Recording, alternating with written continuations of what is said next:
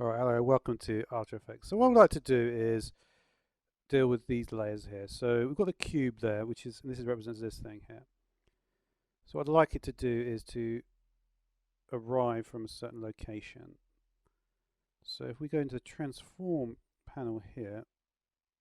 Okay, so at this point, so say at 5 seconds it's going to be at 540, right? So we'll lock that in. But at the beginning of it, we probably don't want it to be at 540. So we want it to be at 0. We can lock that in. So now if we run the animation, it'll come in pretty slowly. So that's probably too slow. I think there's a way can you just drag it? Yeah, you can just drag it along. So if I dragged it like to there instead, let's have a look at that now. Bit quicker, right? So we can pull it. Let's do it about there. And what we could do is that we could synchronize the cubes actually appearing, right? So let's maybe try that. So we'll go to the cubes.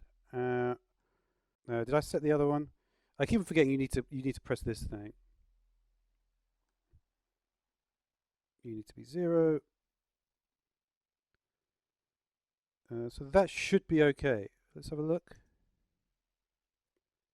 Is that going right? Yeah. Now you also have the background layer, which is obviously this is a freeform gradient I made in Illustrator actually. Again, background only has transform, but there are things you can do. Let's do a fast box blur. Okay, then you get the effects control. But anyway, we've got we can put the motion blur in. So what happens when you do that is you get an effects thing going here, and you can essentially change this as well. I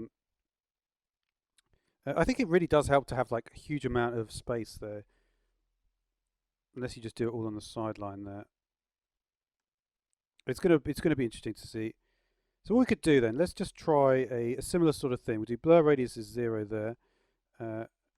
We'll do that as 0, and then maybe at the end here, we'll do a blur radius of what, 200. Will that actually change? Oh yeah, it does change stuff. Let's do 400.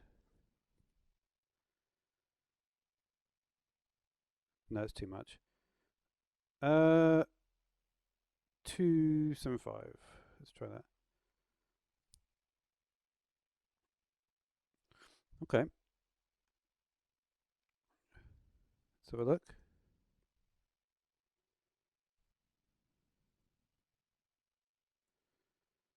Okay. Distort it's in. And it's mirror. Let's try this one. So yeah, there's a lot of different effects. What you can do is you can place this one. That's a pretty interesting effect.